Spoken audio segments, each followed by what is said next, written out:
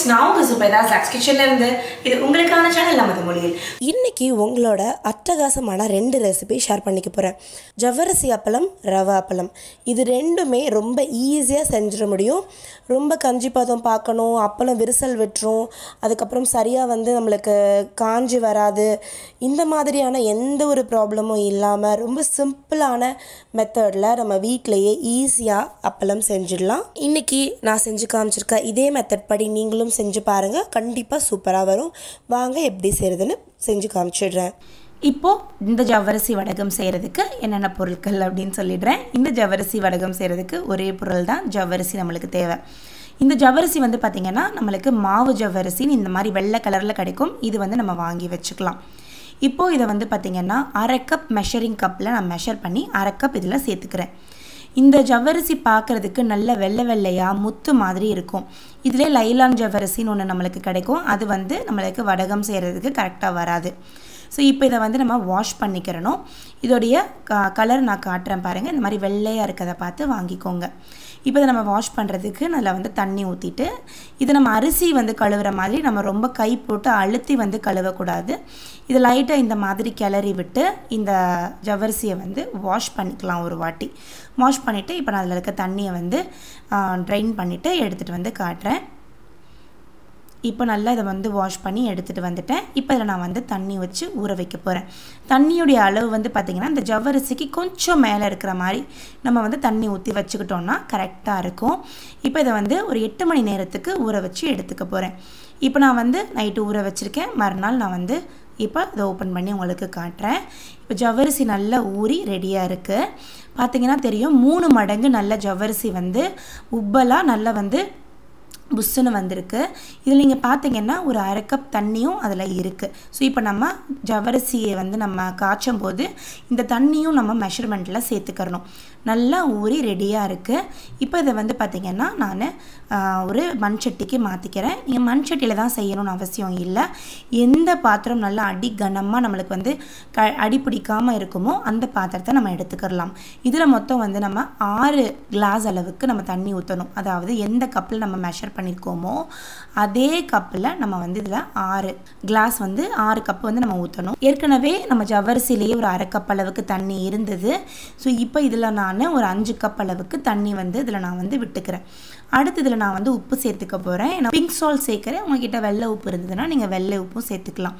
இதை கொஞ்சம் நேரத்துக்கு இந்த மாதிரி கிளறி விடலாம். ஏன்னா ஜவ்வரிசி கொஞ்சம் கீழே உட்காந்துக்கிறோம்.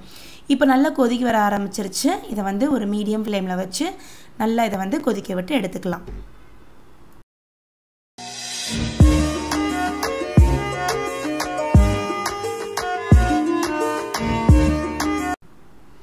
இப்போ கிட்டத்தட்ட ஒரு 10 நிமிஷமாக இந்த ஜவ்வரிசி கஞ்சி கொதிச்சிட்ருக்கு. இந்த சைட்ஸில் பார்த்திங்கன்னா ஒரு சில ஜவ்வரிசியில் இந்த மாதிரி ஒரு இம்பியூரிட்டிஸ் மேலே வரதுக்கு வாய்ப்பு இருக்குது. அதை நம்ம இந்த மாதிரி ஸ்பூனை வச்சு நம்ம அதை சைட்ஸ்லேருந்து எடுத்துடலாம். ஏன்னா இது எடுக்கலை அப்படின்னா ஜவ்வரிசியிலேருந்து ஒரு மாதிரி கலர் மாறிடும். நம்மளுக்கு நல்ல ஒரு ஒயிட் கலரில் நம்மளுக்கு கிடைக்காது. லைட்டாக ஒரு மஞ்சள் கலராக மாற ஆரம்பிச்சிடும். அதனால் இந்த மாதிரி ரிமூவ் பண்ணிடலாம். இப்போ கிட்டத்தட்ட ஒரு 10 நிமிஷமாக நல்லா கொதிச்சு அந்த ஜவ்வரிசி பாருங்கள் நல்ல ஒரு மாதிரி கலர் அப்படியே டிரான்ஸ்பரண்ட் கலரில் மாறிடுச்சு. இப்போ நான் ஸ்டவ் ஆஃப் பண்ணிவிட்டு இதை ஆற வச்சு எடுத்துக்கிறேன். இப்போ இதை ஆற வச்சாச்சு. அதாவது ரொம்ப ஃபுல்லாக நான் ஆற வைக்கலை. இது ஒரு லைட்டான சூடு பதத்தில் இருக்குது. இதை நான் மிக்சர் ஜாருக்கு மாற்றிக்க போகிறேன். நல்ல ஒரு ஸ்மூத்தான ஃபினிஷ் கிடைக்கணுன்றதுக்காக இப்போ இது எல்லாத்தையுமே ஒரு மிக்சர் ஜாரில் மாற்றிக்கிறேன். அடுத்து இதை ஜஸ்ட் ஒரு 20 செகண்டுக்கு பிளெண்ட் பண்ணி எடுத்துகிட்டு வர போகிறேன். நல்லா பிளெண்ட் பண்ணி எடுத்துகிட்டு வந்தாச்சு பாருங்கள் இந்த மாதிரி. இப்போது இதில் நம்மளுக்கு பார்த்திங்கன்னா இந்த கன்சிஸ்டன்சி கரெக்டாக இருக்குது. இதில் நான் கொஞ்சமாக சில்லி ஃப்ளேக்ஸ், கசூரி மேத்தி இது எல்லாமே சேர்க்குறேன். இது எல்லாமே ஆப்ஷனல் தான். நீங்கள் கொஞ்சமாக சீரகம் சேர்க்கணுனாலும் சீரகம் சேர்க்கலாம். கொஞ்சமாக பார்த்திங்கன்னா நல்லா பொடிசாக கட் பண்ணி தனியா இலைகள், அதாவது மல்லி இலைகள் சேர்க்கணுனாலும் சேர்த்துக்கலாம். இது நம்மளுடைய ஃப்ளேவர் நம்ம ஆட் பண்ணுறது தான். இதில் கொஞ்சமாக நான் சுடுதண்ணி சேர்க்குறேன். ஏன்னா இது ஆறும் போது என்ன ஆகும்னு பார்த்திங்கன்னா கட்டி விழுக ஆரம்பிச்சிடும். ரொம்ப சீக்கிரமாக இது வந்து திக்காக ஆரம்பிக்கும். ஸோ இதோடைய பதம் வந்து பார்த்திங்கன்னா தோசை மாவு பதத்துக்கு இருக்கும். இப்படி விட்டோம் அப்படின்னா அது ஃப்ளோ ஆகி விழுகணும். இதுதான் கரெக்டான பதம். இப்போ நான் இங்கே வந்து ஒரு மெஷர்மெண்ட்டுக்காக ஒரு 2 வளையல் எடுத்து வச்சுருக்கேன். உங்ககிட்ட வளையல் இல்லைனாலும் நீங்கள் ஜஸ்ட் அப்படியே ஸ்பூனில் விட்டு லைட்டாக நம்ம ஸ்ப்ரெட் பண்ணலாம். ரொம்ப கரெக்டாக அப்படியே ரவுண்ட் ஷேப்பில் வரணுன்றதுக்காக நான் இங்கே வளையலில் வச்சுருக்கேன். இப்போ இதில் வந்து ஸ்பூனில் இது மாதிரி விட்டு லைட்டாக அந்த மாதிரி நம்ம வந்து ஸ்ப்ரெட் பண்ணிக்கலாம். ஸோ ஒரு வடகத்துடைய அளவு வந்து பார்த்திங்கன்னா ஒரு ஸ்பூனுடைய மாவு தான் ஒரு வடகத்துடைய அளவு. இது ரொம்ப திக்காக ஊற்றக்கூடாது, கொஞ்சம் நல்லா தின்னாகவே ஊற்றி எடுத்துக்கலாம். அப்போ தான் சீக்கிரமாக காயும் நல்ல மொறு மொறுன்னு இருக்கும். இந்த வடகம் வந்து நம்ம வெயிலில் காய வைக்கணும் அப்படின்னு அவசியம் கிடையாது. நம்ம வந்து வீட்டிலையே ஃபேன் காற்றுலையே வந்து பார்த்திங்கன்னா ஒரு 2 நாள் வச்சிட்டோம் அப்படின்னாலுமே டக்குன்னு காஞ்சிடும். வெயிலில் வச்சிங்க அப்படின்னா ஒரு நல்ல வெயில் இருக்குன்னா நீங்கள் வந்து ஒரு 12 மணிக்கு வச்சு நீங்கள் வந்து சாயந்தரம் ஒரு 6 மணிக்கு எடுத்தீங்கனாலே சூப்பராக மொறு மொறுன்னு நல்லா காஞ்சி வந்துடும் நம்மளுக்கு.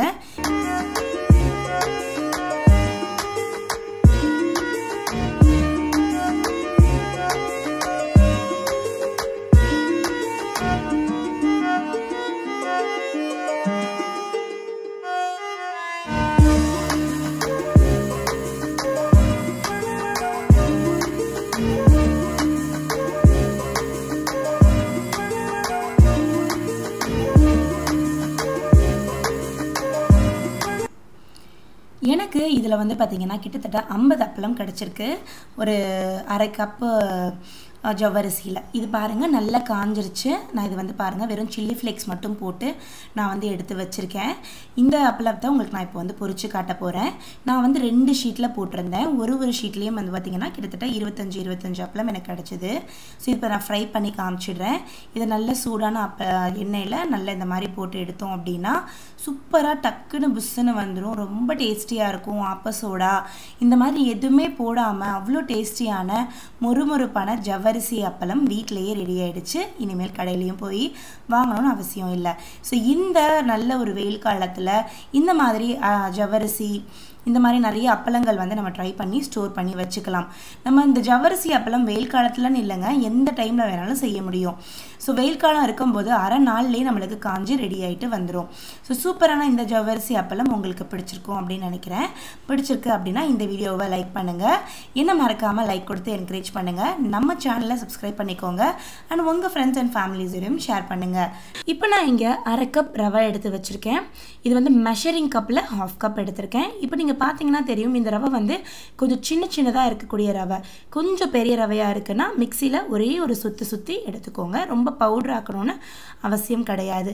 இந்த 1/2 கப் ரவையை ஒரு மிக்சர் ஜாரில் சேர்த்துக்கிறேன். அடுத்து இந்த 1/2 கப் ரவைக்கு வந்து பார்த்திங்கன்னா 2 டேபிள் ஸ்பூன் மைதா சேர்க்குறேன். இந்த 2 டேபிள் ஸ்பூன் மைதாவில் நம்ம ரவை எடுத்தோம் இல்லைங்களா, அதுதான் தண்ணி அளவுக்கு நம்ம எடுத்துக்கிறணும். ஸோ நான் 1/2 கப் சேர்த்தனால 1 கப் தண்ணி, அதாவது 1/2 கப்போடைய மெஷர்மெண்ட்டில் 2 கப் தண்ணி ஊற்றிருக்கேன். மொத்தம் 1 கப் தண்ணி வந்து இதில் சேர்த்துருக்கேன். அடுத்ததில் சுவைக்கு ஏற்ப உப்பு சேர்த்துட்டு இதை வந்து ஒரு 40 செகண்ட்ஸ்க்கு நல்லா பிளெண்ட் பண்ணி எடுத்து வச்சுட்டேன். இப்போது இங்கே ஒரு பாத்திரத்தில் இதை வந்து ட்ரான்ஸ்ஃபர் பண்ணிடுறேன். நல்லா திக்காக நல்லா அடித்து வந்திருக்கு. நம்மளுக்கு ஒரு மாவு பதத்துக்கு ரெடி ஆகிடுச்சு. இதில் நம்ம டேஸ்ட் ஆட் பண்ணுறதுக்காக கொஞ்சமாக சீரகம், சில்லி ஃப்ளேக்ஸ், அதுக்கப்புறம் கொஞ்சமாக கொத்தமல்லி தழை, இது எல்லாத்தையுமே சேர்த்துட்டு நல்லா கலந்து விட்டுடலாம். இதோடைய பதம் நான் உங்களுக்கு காமிச்சிடுறேன். இது ரொம்ப தண்ணியாகவும் இருக்கக்கூடாது, ரொம்ப திக்காகவும் இருக்கக்கூடாது. நீங்கள் பார்த்தீங்கன்னா தெரியும், நல்லா ஒரு தோசை மாவுக்கு கொஞ்சம் தண்ணியாக இருக்க மாதிரி இருக்கும். இப்போ பாருங்கள், இந்த மாதிரி ஸ்பூனில் லைட்டாக நம்ம எடுத்தோம் அப்படின்னா அது வந்து ஒரு லேயர் மாதிரி க்ரியேட் ஆகணும். இதுதான் கரெக்டான பதம். இப்போ அடுத்து நான் இங்கே வந்து நம்ம அப்பளம் செய்கிறதுக்கு இந்த மாதிரி குட்டி குட்டி தட்டு வந்து எடுத்து வச்சுருக்கேன். நீங்கள் பெரிய தட்டு, சின்ன தட்டு, வீட்டில் எது அவைலபிளாக இருக்கோ அதை நீங்கள் வந்து எடுத்துக்கோங்க. அதில் கொஞ்சமாக ஆயில் அப்ளை பண்ணிவிட்டு இந்த மாதிரி எடுத்து வச்சுடுறேன். இப்போ ஆயில் பண்ண தட்டில் இதில் ஒரே ஒரு ஸ்பூன் இல்லை 2 ஸ்பூன் 1.5 ஸ்பூன் அளவு கரெக்டாக ஒரு டைம் வந்து ஃபிக்ஸ் பண்ணிக்கலாம். இப்போ நான் எடுத்திருக்க ஸ்பூனில் வந்து பார்த்திங்கன்னா 2 ஸ்பூன் அளவு போட்டு இப்படி சுற்றி விட்டு இங்கே ஒரு ஸ்டீமர் எடுத்து வச்சுருக்கேன். கீழே தண்ணி ஊற்றிருக்கேன். அந்த தண்ணி கொதிச்சிட்ருக்கு.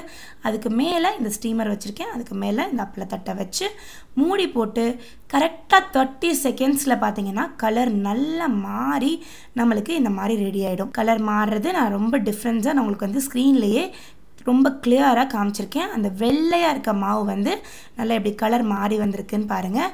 ஸோ இந்த டைம் வந்துருச்சு அப்படின்னா நம்மளுடைய அப்பளம் நல்லா வெந்துருச்சுன்னு அர்த்தம். இதை எடுத்து இந்த மாதிரி லைட்டாக திருப்பி போட்டுருங்க. திருப்பி போட்டு 10 செகண்ட்ஸ்க்கு இதை வேக வச்சா போதும். இதை எடுத்து இங்கே ஒரு தண்ணி வந்து ஒரு பாத்திரத்தில் தனியாக எடுத்து வச்சுருக்கேன். இந்த பாத்திரத்துக்குள்ளே இதை அப்படியே டிப் பண்ணிடலாம். இதுக்குள்ளே போடுறோமே கரைஞ்சிடுமா அப்படிலாம் எந்த கவலையும் இல்லை. இதுக்குள்ளே நம்ம அப்படி போட்டுட்டோன்னா தட்டு நல்லா ஆறிடும்.